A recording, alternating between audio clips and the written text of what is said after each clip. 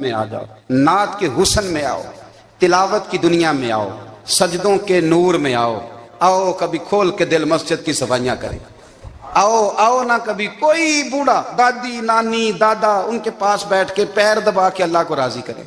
یہ کیف والی جگہ ہیں، یہ سرور والی جگہ۔ اتنی بے چین ہماری زندگی ہے، بے قرار ہے، تڑپتے ہوئے لوگ، لڑتے ہوئے لوگ، ایسے لگتا ہے اب ایک دوسرے کا گریبان تھام لیں گے، بے قرار بے چین۔ کسی کو انتظار کا کہا جانا کہ 10-20 منٹ کسی کا انتظار کرو، تو بعض لوگوں مجھے ایسے لگتا ہے جیسے یہ ان کا کلیجہ پھٹ جائے گا، ڈاکٹر کے انتظار میں بیٹھے ہیں تو بڑے پریشان ہیں۔ کسی کو ملنے گئے ہیں کو آدھا گھنٹہ بیٹھنا پڑ گیا تو بڑی دقت میں ہیں۔ اپنے آپ کو سکون دیں۔ آپ یقین کریں بڑا مزہ آتا ہے، کبھی کسی کا انتظار کرنا پڑے تو 2-4 تسبیح درود شریف پڑھی جاتی، یعنی ذوق بن جاتا ہے کہ چلو اللہ نے موقع دیا ہے، کچھ سرکار کو یاد کر لیں، تنہائی مل گئی۔ ہمارا مزاج جس سختی کا شکار ہے، وہ سختی آہستہ آہستہ ہمیں زیادہ آزمائش میں ڈال گئی۔ تو میرے بھائی زندگی میں اطمینان حسن ہے، اور وہ سب سے زیادہ اللہ کی یاد میں ملتا ہے، وہ سب سے زیادہ رب کریم کے ذکر میں۔ سب سے زیادہ جو چاہتا ہے نا دل ٹھنڈا رہے، زبان میٹھی رہے، وہ مدینے والے محبوب پہ درود و سلام پڑھا کرے، وہ حضور پہ درود و سلام پڑھا کرے، زبان میٹھی رہے گی۔ میرا ذاتی تجربہ ہے کہ جو آدمی اپنے اخلاق سنوارنا چاہے وہ حضور پہ درود شریف پڑھے، جو اپنے اخلاق سنوارنا چاہے، طبیعت کو ٹھنڈا رکھنا چاہے، وہ درود شریف پڑھے، اس کا دل سکون میں آئے گا۔ کچھ کام اور ہیں زندگی میں اطمینان کے لیے، ان کا ہونا بھی بڑا ضروری ہے۔ سب سے پہلے اگر آپ چاہتے ہیں نا زندگی میں سکون ہو تو حقیقتوں کا سامنا کرنا سیکھیں۔ آپ جو ہیں وہ رہنا سیکھیں، جو آپ نہیں ہیں وہ بننے کی کوشش نہ کریں۔ حقیقت کا سامنا کرو گے تو زندگی اطمینان میں آ جائے گی۔ ہم نے نا بہانے بنا لیے ہیں، ہیلے بنا لیے، جھوٹ کے سہارے اپنے آپ کو اونچا کر لیا۔ ایک آدمی سے کہا جاتا ہے تو رشوت نہ لے، تو کہتا ہے میں غریبوں سے نہیں لیتا۔ تو میرا سوال یہ ہے کہ امیروں کا حساب لینے کی اللہ نے تیری ڈیوٹی لگائی ہے، تیرے ذمہ لگایا ہے کہ تو امیروں کا حساب کر، تمہیں کیا ضرورت پڑی ہے؟ ہم نا بہانہ کرتے ہیں، رشوت لینے والے کا الگ بہانہ ہے اور سفارش والے کا الگ بہانہ ہے۔ حقیقت کا سامنا کریں، حقیقت کا۔ جو میرے ذمہ داریاں ہیں وہ میں نے پوری کرنی، جو آپ کی ذمہ داریاں ہیں وہ آپ جان نہ چھڑائیں، حقیقت پسند بنے۔ میرے رسول کریم، پھر پڑھیے درود شریف صلی اللہ تعالی علیہ وسلم۔ حضور صلی اللہ علیہ وسلم نے فرمایا کہ میری بیٹی سیدہ فاطمہ الزہرا رضی اللہ تعالی عنہا صرف جنتی نہیں، جنتی عورتوں کی سردار ہے۔ لیکن حضور نے یہ بھی فرمایا کہ فاطمہ یہ خیال رکھنا اگر اللہ نے حساب پوچھا تو حساب تم نے خود دینا ہے۔ حقیقت کی طرف توجہ کرائی حضور نے، وہ صرف جنتی نہیں، جنتی عورتوں کی سردار ہیں، پر حقیقت کی جانب توجہ۔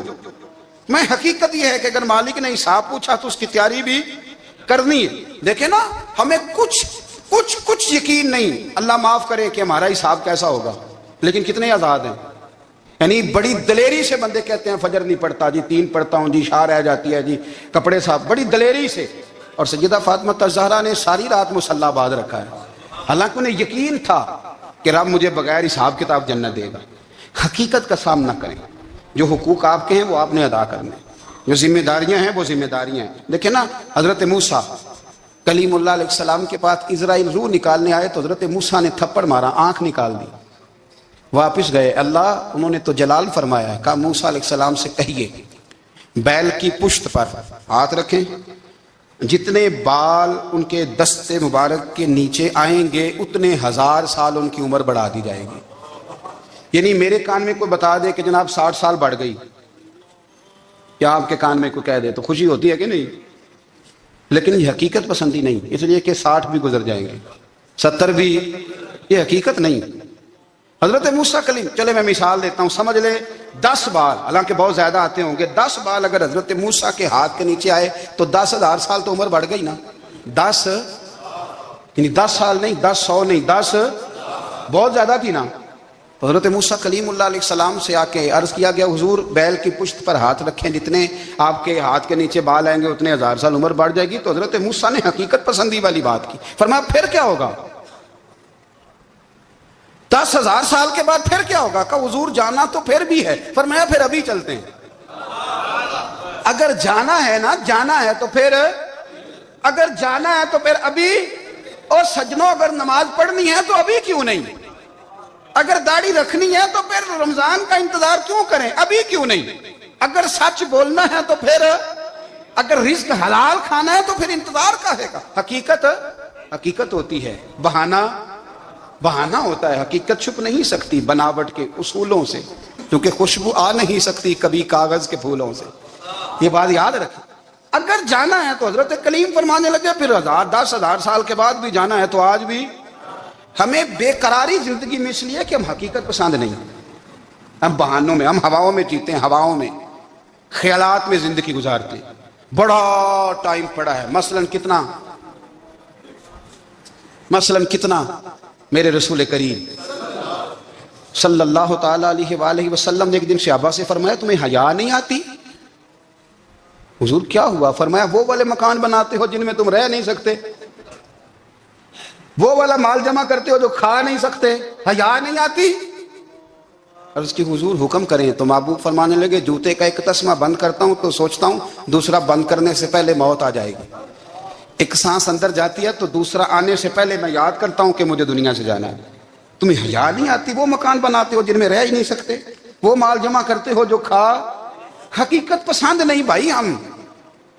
بہت سارے لوگ یہاں بڑی باتیں سناتے ہیں، بڑی، میں کہتا ہوں اصل میں نا زیادہ باتیں سنا کے نا بیچارہ اپنے آپ کو مطمئن کرنا چاہتا ہے، اصل بات یہ ہے کہ اندر سے نا ہلا ہوا ہے، کچھ بھی نہیں، بڑا زیادہ ہنستا ہے اور مجھے لگتا ہے کہ کوئی گہرا زخم چھپا رہا ہے۔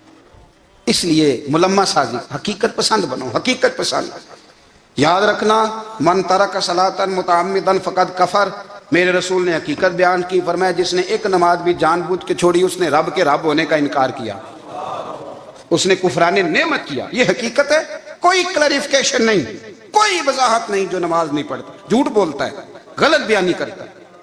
جو شخص رزق حرام کما کے کہتا ہے کہ اس کے بغیر گزارا نہیں چلتا، وہ جھوٹ بولتا ہے۔